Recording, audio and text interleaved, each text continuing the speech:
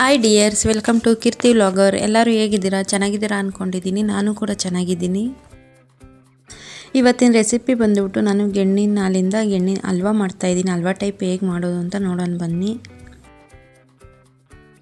ಇಲ್ಲಿ ನೋಡ್ತಾ ಇರ್ಬೋದು, ಈ ರೀತಿ ಮಾಡಿದ್ದೀನಿ ನಾನು ಹಲ್ವಾನ. ಅದಕ್ಕೋಸ್ಕರ ನಾನು ಯಾವ ರೀತಿ ಮಾಡಿದ್ದೀನಿ ನೋಡೋಣ ಬನ್ನಿ, ಮುಂದೆ ಹೇಳ್ತೀನಿ ಯಾವ ರೀತಿ ಅಂತ.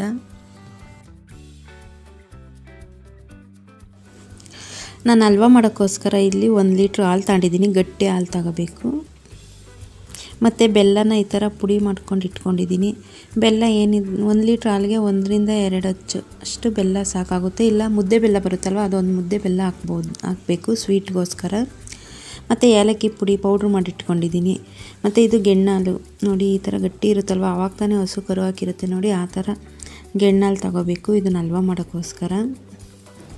ಫಸ್ಟಿಗೆ ನಾವು ಇಲ್ಲಿ ಹಾಲಿಗೆ ಇದು ಬೆಲ್ಲ ಪುಡಿ ಮಾಡಿ ಇಟ್ಕೊಂಡಿದ್ದೀವಲ್ವ, ಅದನ್ನು ಸೇರಿಸಿ ಚೆನ್ನಾಗಿ ಮಿಕ್ಸ್ ಮಾಡಬೇಕು. ಬೆಲ್ಲ ಕರಗೋ ತನಕ ಚೆನ್ನಾಗಿ ಮಿಕ್ಸ್ ಮಾಡ್ತಾ ಇರಬೇಕು.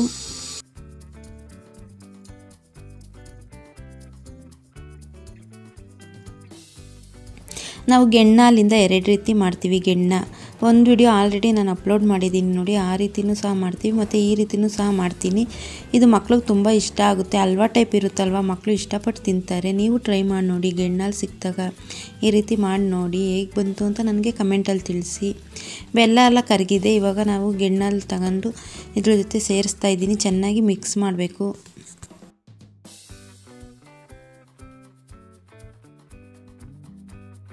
ಹಾಲನ್ನೆಲ್ಲ ಚೆನ್ನಾಗಿ ಮಿಕ್ಸ್ ಮಾಡಾದಮೇಲೆ ನಾನು ಏಲಕ್ಕಿ ಪುಡಿ ಮಾಡಿ ಇಟ್ಕೊಂಡಿದ್ದೀನಲ್ಲ, ಅದನ್ನು ಸೇರಿಸ್ತಾ ಇದ್ದೀನಿ. ಅದನ್ನು ಹಾಕಿ ಚೆನ್ನಾಗಿ ಮಿಕ್ಸ್ ಮಾಡ್ಕೋಬೇಕು.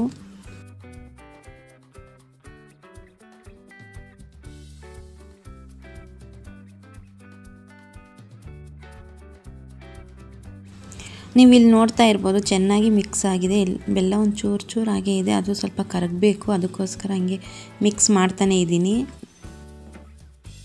ಎಲ್ಲ ಮಿಕ್ಸ್ ಮಾಡಿದ್ದೀನಿ. ಇವಾಗ ನೆಕ್ಸ್ಟ್ ನಾವು ಗ್ಯಾಸ್ ಹಚ್ಚಿಬಿಟ್ಟು ಕುಕ್ಕರ್ ಇಡೋಣ.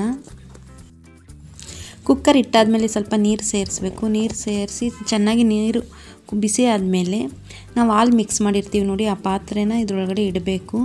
ಸೇಮ್ ನಾವು ಇಡ್ಲಿ ಯಾವ ರೀತಿ ಬೇಯಿಸ್ತೀವಿ ನೋಡಿ, ಆ ರೀತಿ ಇದನ್ನು ಹಾಲಿಂದು ಸಹ ಚೆನ್ನಾಗಿ ಬೇಯಿಸಬೇಕು. ಗಟ್ಟಿ ಆಗೋ ತನಕ, ಸಾಫ್ಟ್ ಆಗುತ್ತೆ. 2 ರಿಂದ 3 ವಿಶಿಲ್ ಕೂಗಿಸ್ಕೊಂಡ್ರೆ ಸಾಕು, ಚೆನ್ನಾಗಾಗುತ್ತೆ. ಇಲ್ಲಿ ನಾನು ಹಾಲಿನ ಪಾತ್ರೆ ಕುಕ್ಕರ್ ಒಳಗಡೆ ಇಡ್ತಾ ಇದ್ದೀನಿ. ಇಟ್ಟಾದಮೇಲೆ ಮತ್ತೆ ಒಂದು ಪ್ಲೇಟು ಮುಚ್ತೀನಿ. ಏಕೆಂದರೆ ನೀರು ಹಾಲೊಳಗೆ ಮಿಕ್ಸ್ ಆಗುತ್ತೆ ಅನ್ನೋ ಕಾರಣಕ್ಕೋಸ್ಕರ ಪ್ಲೇಟ್ ಮುಚ್ತೀನಿ. ಇವಾಗ ಕುಕ್ಕರ್ ಲಿಡ್ ಮುಚ್ಚಿ 2 ರಿಂದ 3 ಕೂಗಿಸ್ಕೊಳ್ಳೋಣ.